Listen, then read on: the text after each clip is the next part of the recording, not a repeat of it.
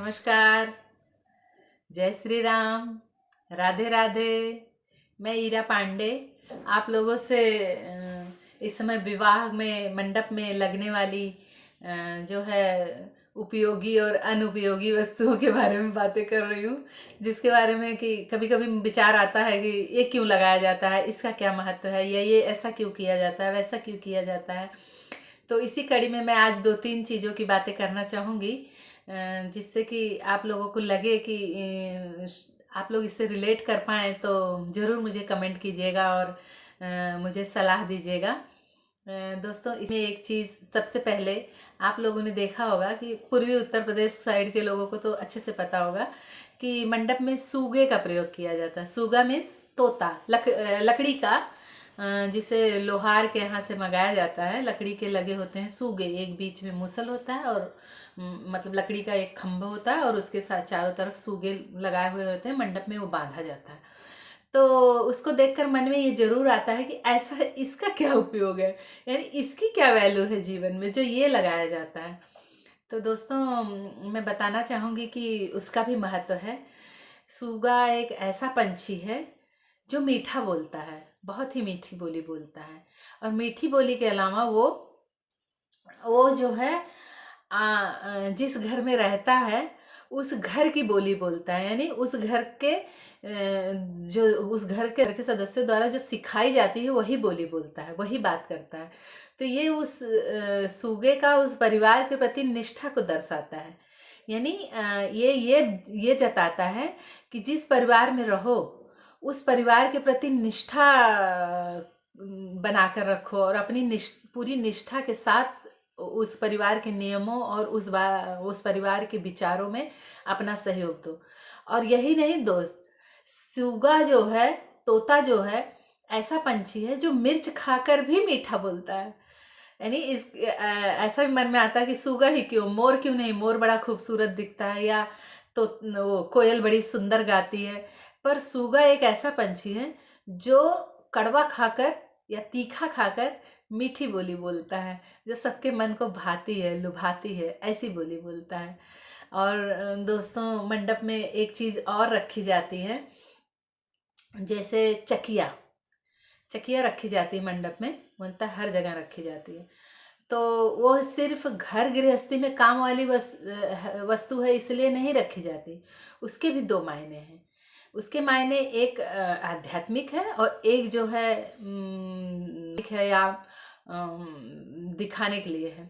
तो वो तो पहली बात तो घर गृहस्थी में आटा पीसने और जो भी उपयोग होता है उसके लिए रहती है। लेकिन उसके अलावा उसका एक बहुत महत्वपूर्ण उपयोग है। उसका जो है सॉरी, उपयोग नहीं है उसका, जो है मतलब है कि वो दो पाटे होते हैं। चकिया के दो पाटे हमेशा होते हैं और उन दो पाटों के बीच एक लकड़ी का टुकड़ा लगा होता है जो दोनों को एक साथ जोड़ता है। तो वो ये दर्शाता है, वो जो बीच में लकड़ी लगी होती है, अगर वो टूट जाए तो वो दो पाटे अलग हो जाएंगे, मतलब उनका कोई अस्तित्व नहीं रह जाएगा, वो बिना काम के हो रह जाएंगे। तो वो जो लकड़ी जो है विश्वास का प्रतीक है। यानी एक दूसरे के प्रति विश्वास और साथ बनाकर चलने से जिंदगी की गाड़ी बहुत आराम से चलती है और बहुत ही सहज जीवन बीत जाता है, या जिस कार्य में वो लगे हैं वो पूरा हो जाता है। इसलिए दोस्तों, उस चकिया और उस पाटे की तरह जीवन की गृहस्थी की गाड़ी में पिसते हुए लोग अपनी दुख सुख को सहते हुए एक साथ जीवन बिताएं, विश्वास और निष्ठा के साथ। ये चकिया हमें ये दिखाती है। इसके अलावा एक दूसरी चीज ओखल रखा होता है दोस्तों। ओखल आपने देखा होगा कि ओखल नहीं होता तो मूसल जरूर रखा जाता है, कहीं कहीं ओखल भी रखा जाता है, कहीं कहीं खाली मूसल रखा जाता है। तो आजकल मूसल और ओखल प्रतीकात्मक ही रह गया है, क्योंकि अब उसका उपयोग नहीं होता मूलतः घरों में। लेकिन विवाह शादी में उन चीज़ों को रखा जरूर जाता है।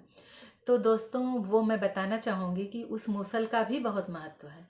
मूसल जो है पुत्र उत्पत्ति का प्रतीक दर्शाता है, पुत्र उत्पत्ति को दर्शाता है, इसलिए वो मूसल रखा जाता है।